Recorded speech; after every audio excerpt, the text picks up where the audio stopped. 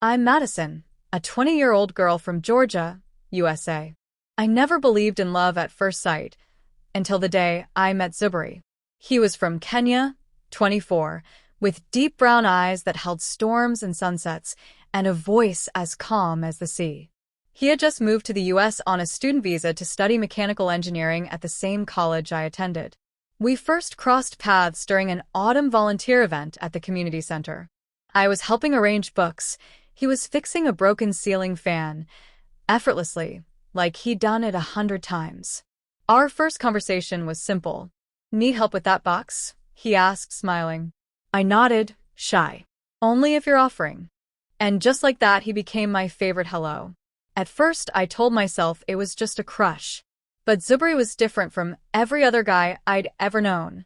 He was kind, respectful, funny in a quiet way, and he listened. Not the kind of listening where someone waits to talk. Real listening. The kind that makes you feel like you matter. We started spending more time together. Study groups, weekend strolls, library hours. My parents didn't know yet. Being from a strict Southern family, I wasn't sure how they'd react to me dating someone of another race and culture. One day, during a walk in the park, he paused near a wooden bench, pulled out a folded napkin, and said, "I don't have flowers, but this is for you."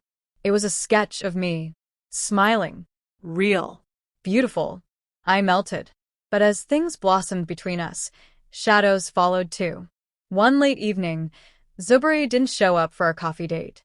I texted. Called. No answer. Hours passed. Panic rose. Then, around midnight, he finally called, whispering, "Madison, I can't talk. I'm at the police station." My heart stopped.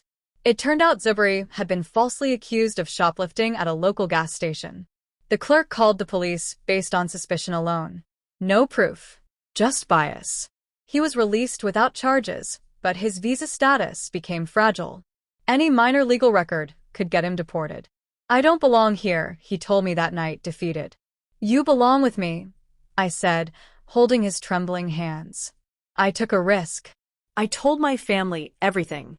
At first, they were shocked, judgmental even. But when they finally met him, everything changed. My dad, a man of few words, shook his hand and said, "Protect my daughter. That's all I ask." Zuberi smiled. "With my life, sir." It wasn't easy, but nothing worth it ever is. Together, we fought for his rights. We gathered witness testimonies, contacted a lawyer, and with the help of the community center, cleared his name. His scholarship stayed. His visa remained valid. Dubbed the ending, emotional and viral. On our 1-year anniversary, Zuberi surprised me at the same park bench where he gave me that napkin sketch. Only this time he had a ring. "I came here to build my future, and I found you instead. Will you be mine, Madison?" Tears filled my eyes. "I already am." I said yes.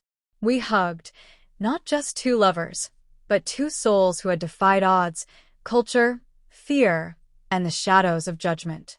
A month after our engagement, everything seemed perfect. Zuberi and I were preparing for finals, dreaming about our future apartment, our wedding, and even the kind of dog we'd adopt. His laugh became my favorite sound, and my smile became his peace. Life finally felt safe. But then something unexpected happened, something that shook the ground beneath our feet. Zuberi received a brown envelope in the mail. It was from the U.S. Immigration Office. He opened it slowly. I watched his hands tremble. Inside was a notice of reinvestigation into his visa status. Apparently, someone had submitted an anonymous tip claiming he had falsified parts of his college application. "This is a lie," he said. "Every document I gave them was real."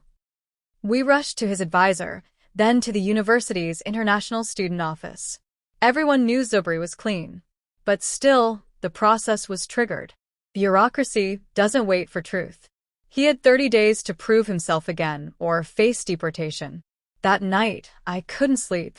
I replayed every face, every moment. Then I remembered something odd. A few weeks ago, a guy named Logan, who used to like me before I met Zuberi, made a comment at a college party. "He won't last here long, Madison. Guys like that never do." I'd brushed it off then, but now, it echoed like thunder. Could it be? I told Zuberi. He didn't want to believe it, but the more we looked, the clearer it became. Logan worked part-time in the student admin building. He could have had access to student files. And motive. Zuberi didn't want revenge. He just wanted to clear his name again. So, we gathered evidence, character references, academic performance reports, and his clean record. But time was short. And Logan? He denied everything, even laughed when we confronted him. Just 3 days before the deadline, we received a call. It was from an older woman named Carla, who worked as a clerk in the records office. She'd overheard Logan talking about Zuberi. I can't keep quiet. What he did was wrong. I'll testify.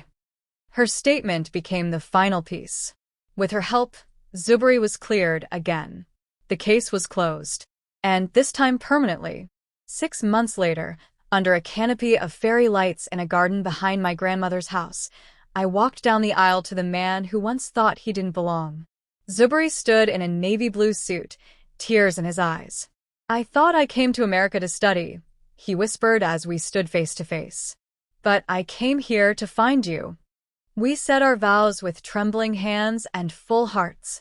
Today, we live together in a small apartment filled with light, books, music, and memories. He's working at a local engineering firm. I'm studying to become a social worker. We tell our story often, not just to inspire, but to remind people. Love is not about borders. It's about choosing each other, again and again, even when the world says you shouldn't.